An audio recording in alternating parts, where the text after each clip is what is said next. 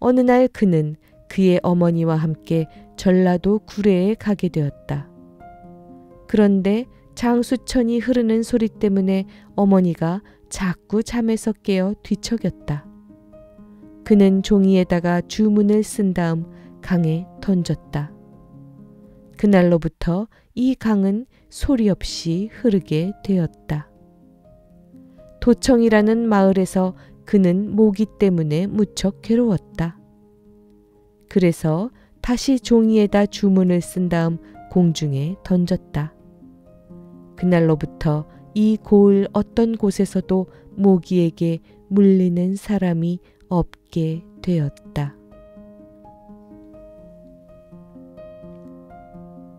안녕하세요. 달고나입니다. 오늘은 거제도에서 유람선을 타려고 가는 길에 있는 동백꽃을 보며 강감찬 장군의 기이한 이야기를 읽어보려고 합니다. 2월 중순의 거제도는 이미 봄이더라고요. 동백꽃뿐만 아니라 매화도 여기저기 피어서 봄 기운이 가득했답니다. 동백꽃은 가로수로 심어져 있어서 눈호강 실컷 했습니다. 오늘 읽어볼 강감찬 장군의 기이한 이야기는 사실 장군이 고려시대 거란과의 전쟁에서 혁혁한 공을 세웠기 때문에 덧붙여진 이야기겠죠. 그만큼 훌륭한 장수라는 뜻일 거예요. 요즘 K본부 드라마로 고려 거란 전쟁을 하고 있는데 거기에 등장하는 강감찬 장군 이야기가 이렇게 설화로 전해지고 있다는 것이 흥미롭습니다. 그러면 거제도의 동백꽃을 감상하시며 오늘 이야기 들어보실까요?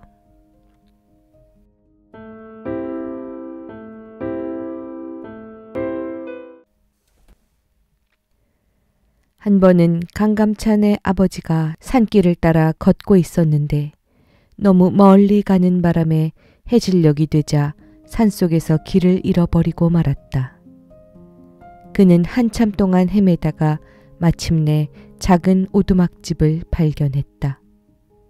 그는 조심스럽게 문을 두드렸다. 그러자 아리따운 소녀가 나와서 아주 친절하게 그를 맞이해 주었다. 그가 머물기를 청했고 결국 그는 3일간 그녀와 함께 지내게 되었다. 며칠이 지난 후 그는 자신의 집으로 돌아갔으며 다시 오두막집을 찾았을 때는 흔적도 없이 사라졌다. 몇 년이 지난 후 한 여인이 소년과 함께 그를 찾아와서 말하기를 저는 당신의 아들을 데리고 왔습니다. 당신이 산속에 머물렀던 그 오두막집은 인간이 사는 곳이 아니고 여우의 집이었습니다. 제가 당신을 맞이한 그 소녀입니다. 이 아이는 우리의 아들이고 자라서 훌륭한 영웅이 될 것입니다. 후에 이 나라에 큰 공을 세울 것입니다. 이런 말을 남기고 여인은 사라졌다. 그녀의 예언은 사실이 되었다. 강감찬은 자라서 중국과의 전투에서 우리 군의 장수가 되어 혁혁한 승리를 거두었다.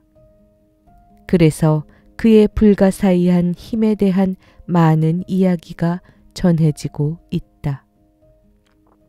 그가 소년이었을 때 아버지와 함께 대신 집안의 결혼식에 참석했었다.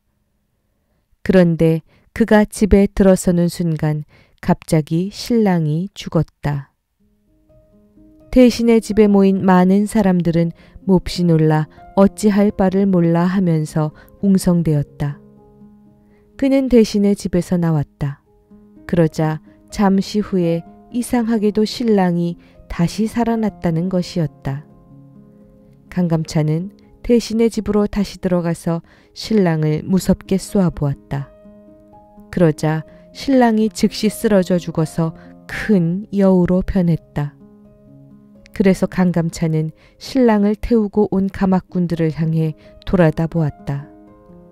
당신들은 오는 도중에 어디에서 쉬었습니까? 하고 가막군에게 물었다.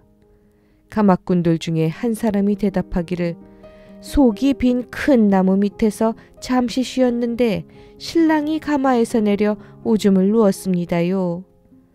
그래서 강감찬은 말하기를 우리가 가서 그 속이 빈 나무를 살펴봐야 해요. 왜냐하면 여우가 신랑의 오줌 냄새를 맡고 신랑의 모습으로 변신할 수 있을 테니까요. 가마꾼들은 서둘러 나무가 있는 곳을 찾았고 빈 나무 속에서 여우가 가져다 놓은 진짜 신랑을 찾아내었다.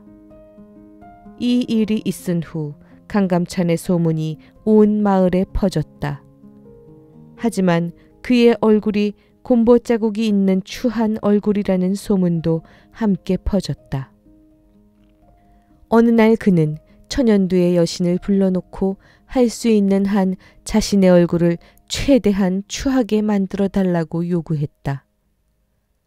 처음에 여신은 그의 요구를 받아들일지 망설였으나 결국 그가 원하는 대로 들어주기로 했다. 그래서 여신은 손가락으로 그의 얼굴을 긁기 시작했다. 결국 그는 그가 원한 대로 아주 추한 얼굴을 갖게 되었다. 그는 12살 때 과거에 급제했다. 그리고 양주 부사로 임명되었다. 양주 고을에는 호랑이가 많이 살고 있었는데 그는 그곳에 있는 호랑이가 퇴치되길 원했다. 어느 날 그는 삼각산 꼭대기에 기거하는 노승을 불러놓고 말했다. 나의 고을에서 사라져야만 한다. 그리고 다시는 돌아오지 마라. 이 노승은 호랑이의 왕으로서 인간의 모습으로 변신한 것이었다. 그 명이 있은 후부터 지금까지 호랑이를 서울 근교 어디에서도 볼 수가 없게 되었다. 후에 그는 경주 부사에 임명되었다. 경주에는 개구리들이 오랫동안 창궐해 낮이나 밤이나 끊임없이 울어대었기 때문에 경주 사람들은 개구리 소리를 끔찍하게도 싫어했다. 경주 사람들은 시도 때도 없이 울어대는 개구리가 몹시 불만이었다. 강감찬은 성 안에서 가장 큰 개구리를 그 앞에 불러놓고 명령했다. 이 저자에서 개구리 울음소리는 그만 없어야 한다. 그날부터 지금까지 경주 시내에서 더 이상 개구리 울음소리가 들리지 않게 되었다. 그가 전라도의 도백으로 임명되었을 때 한 상인이 그에게 와서는 세 아들이 같은 시간에 갑자기 죽었다고 아뢰었다. 그래서 그는 지하계의 염라대왕을 불러놓고 물었다. 너는 왜 이 사람의 세 아들을 데리고 갔느냐? 그러자 염라대왕은 대답했다. 이 상인은 3명의 부자를 죽였습니다. 그리고 그들이 소유했던 모든 것을 가져갔습니다. 부자들은 이 집 마루 밑에 묻혔습니다. 이 죄를 벌주기 위해 제가 3명의 아들을 데리고 간 것입니다. 강감찬은 염라대왕이 말한 세구의 시체를 찾아냈다. 그리고 사악한 상인에게 그에 상응하는 벌을 내렸다. 어느 날 그는 그의 어머니와 함께 전라도 구례에 가게 되었다. 그런데 장수천이 흐르는 소리 때문에 어머니가 자꾸 잠에서 깨어 뒤척였다. 그는 종이에다가 주문을 쓴 다음 강에 던졌다. 그날로부터 이 강은 소리 없이 흐르게 되었다. 도청이라는 마을에서 그는 모기 때문에 무척 괴로웠다. 그래서 다시 종이에다 주문을 쓴 다음 공중에 던졌다. 그날로부터 이 고을 어떤 곳에서도 모기에게 물리는 사람이 없게 되었다.